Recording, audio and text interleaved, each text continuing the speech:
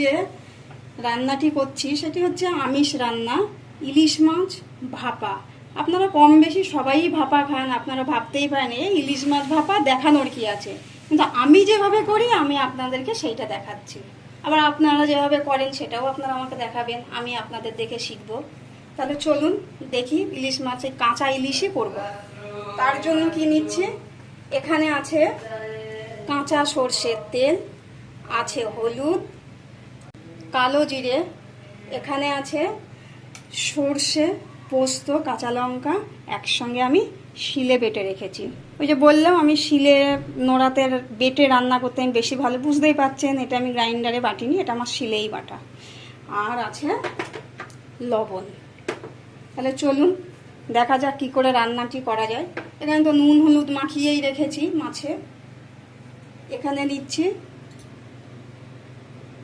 কাঁচা তেল,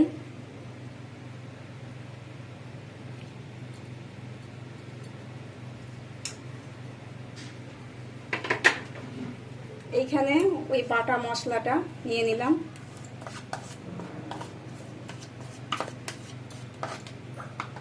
আর একটু পরিমাণে হলুদ, কারণ হলুদটা আমি এখানে একবারেই দিয়ে দিচ্ছি, আমি আলাদা করে আর দেবো না। দিচ্ছি লবণ,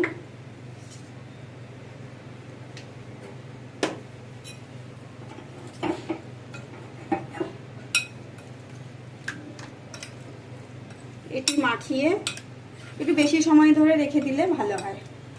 আমি এটি মাখিয়ে রেখে দিচ্ছি, এখন বাইরেই রেখে দেবো, ফ্রিজে না, বাইরেই রাখবো।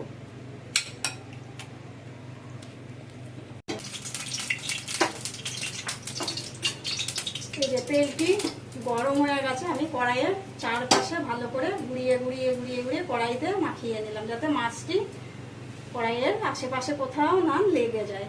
ওই যে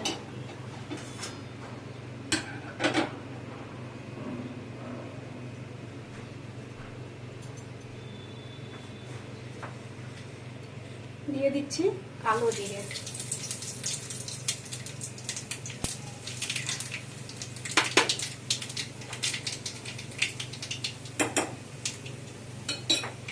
চলুন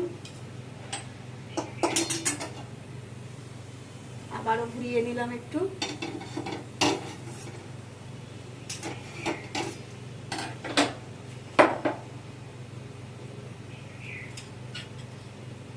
দিয়ে দিলাম সামান্য পরিমাণে একটু হলুদ।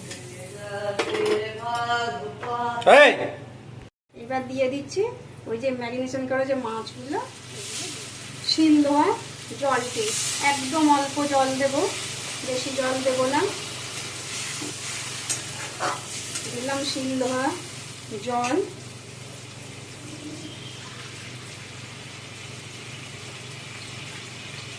আর দিচ্ছি ওই যে বাটির গায়ে যে মশলাগুলো লেগেছিল সেই বাটি ধোয়া জলটি।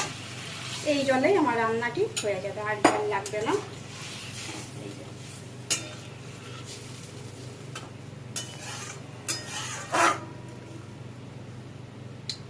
আমি আঁচটি বাড়িয়ে দিলাম, দিয়ে এবার ঢাকা দিয়ে দেব।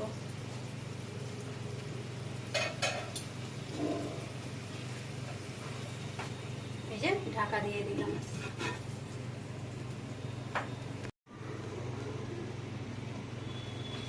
চলুন এবার খুলে দেখি রান্নাটা কত দূর হলো। দেখা যাক। এই যে রান্নাটি, আঁচটা তো বুঝতেই পারছেন আমি কমিয়ে কমিয়ে করছি। যতটুকু জল দিয়েছিলাম বুঝতেই পারছেন মরে গেছে, অনেকটাই জল মরে মাছও আমার সিদ্ধ হয়ে গেছে। ভাপা অনেক রকম ভাবেই করা যায়, আমি এইটাই সহজে করলাম। অনেক রকম ভাবেই সব মাছ ভাপা করা যায়।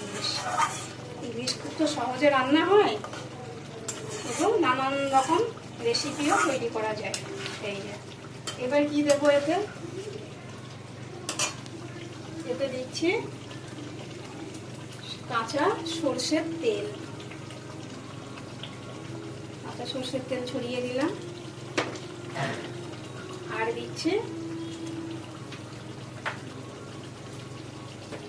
একটু লেবুর রস।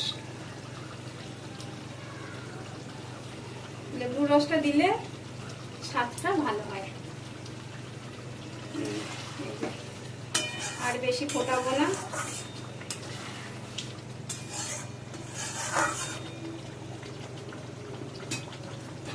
ঢেকে রাখলাম, গ্যাসও অফ করে দিলাম। এই যে গ্যাস অফ করে দিচ্ছি, রান্না আমার কমপ্লিট। এই যে বন্ধুরা দেখুন, কড়াই থেকে তোমার ঢালা হয়ে গেছে মাছটি। দেখতে কেমন হয়েছে আপনারা বলবেন, আর খেতে তো কেমন হয়েছে আমরাও বলবো। আপনারাও বানিয়ে দেখবেন যে কেমন হয়েছে এই রেসিপিটি।